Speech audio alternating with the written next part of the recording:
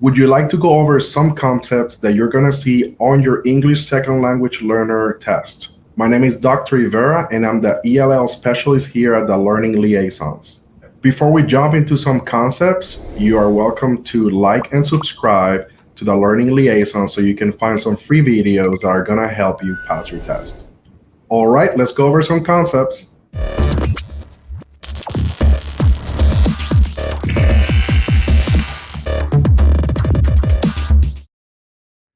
Thank you for joining me on this ESL hot topic. Now we're going to be talking about ESL Program Models. Before I get to the discussion of the different ESL program models, I want to discuss different terminology. So sometimes you might hear this subgroup of students referred to as ELL or EL or ESL. All this means that those students, either they're English language learners, English learners, English speakers of other language, or a second language, all those students had met criteria to be included on an ESOL program or a program designed for English speakers of other languages. For this type of students, language, which is the target language in this case, is their second language, is the one that we're trying them to acquire. And because of that, there are certain accommodations and supports that are afforded for this group of students in order for them to be able to succeed in our schools. Now, that being said, there are different types of ESL programs, and let's just review them one by one. You're going to have your ESL self-contained. Now, this model is used mainly in the elementary levels. Mainly doesn't mean that it's strictly used at that level. Students are in class most of the day with the ESL teacher. This model focuses on learning the English language through second language acquisition strategies, and students may be grouped by ability or grouped by varying levels of ability. Now, when we're talking about self-contained, that means that is the classroom that they belong to. When we're talking about they are either grouped by ability or by varying levels of ability, we're still talking that in that classroom, those are only ESL students. Now, they might be, again, grouped homogeneously, keeping in mind that they're the same level of second language acquisition, or heterogeneously, that there are different levels of language acquisition. And an ESL teacher can leverage both depending the instructional strategy that they're using. So maybe for one task, she might be grouping by ability, or subsequently in another task, she can be grouping them by varying levels of ability.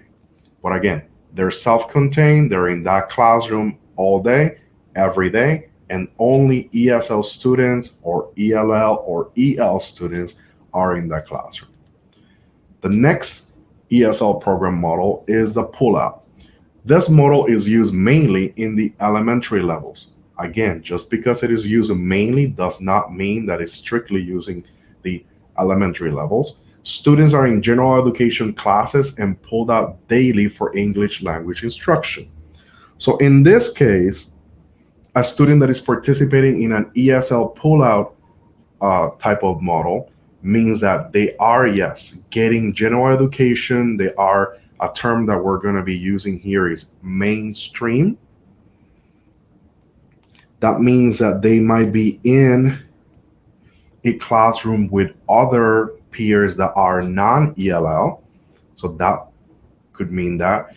But at a certain time, either for a period or a couple of periods, he or she is being pulled down to strictly concentrate on that English language instruction. So that particular student is being pulled out, and what they're being pulled out, whether it's in a small group instruction or it could be a one-on-one, depending on the resources of the school, they are focusing only on English language instruction, or that the student is acquiring the second language, or we can refer to that as a target language, English. Now, in this case, English language instruction is the content. That's something that you want to keep in mind. The next type of model is the ESL class period. This model is used mainly in the junior high levels or middle schools. Students are in a class to learn English language skills and are usually grouped by levels. Students can receive credit for this class. For example, that ESL class period could be a support class for ELL, for English language arts. So a student in a middle school or a junior high might have that as part of their schedule. And again, that class is helping their English language acquisition. He is going to that class period with other ELL or ESL or EL peers, and they are working on those English language skills and are usually grouped by levels. So it could be either NES or non-English speakers. They might be in a class period by themselves. More advanced students are in a different class period, but it is referred to as they are receiving credit because it's taking either the place or is used in addition to ELA class. Another type of model is the sheltered classes, right? So under the sheltered classes, this model is used at the junior high and high school levels, middle school, high school, right? So students are placed in classes with other ESL students to be instructed using comprehensible language. What is comprehensible language? We are also going to use the term comprehensible input, which means type of language that the student can understand. At the secondary level, the sheltered teachers for English and the content areas are ESL certified. So under this method, you have different content areas, which is a key point of distinction. You want to make sure, what are we doing in this type of classes? Are we only addressing second language acquisition, or are we addressing multiple contents? Under this model, we're addressing multiple contents in addition to addressing that second language acquisition. The next model, we're going to call it the Newcomer Center. This model is used at the junior high or middle school and high school levels. Students are placed in an immersion program where English language skills and content area skills are taught using language supports. Key parts there. English language skills and content area skills are taught using language supports. So in addition to teaching that English language skills for second language acquisition, we're also using that to teach math, social studies, science, and whatever other electives a student might have in his or her schedule. This program is best suited for the beginning English language learner. Students may still need some support in their first language, but English is a language of instruction. Another key point there, I don't want you confusing that with a bilingual education program, because even though this is best suited for those students that are at the beginning stages of second language acquisition, we're still using English as a language of instruction. We're not using an additional language to help them. Here, using these different models, teachers can create a multilingual, multicultural environment by embracing diversity. I know that those are important to our ESL students. We want to create that sense of classroom community. We want to embrace the different cultural differences, but more importantly, we want to understand them.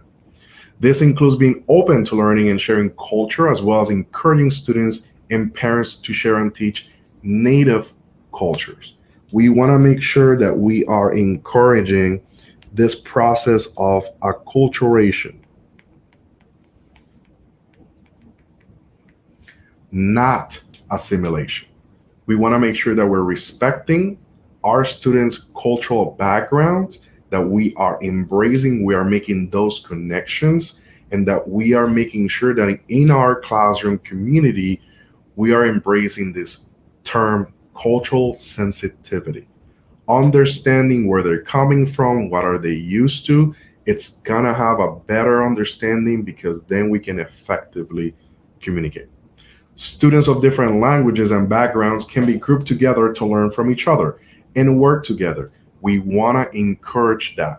We want them to understand where each other's backgrounds are.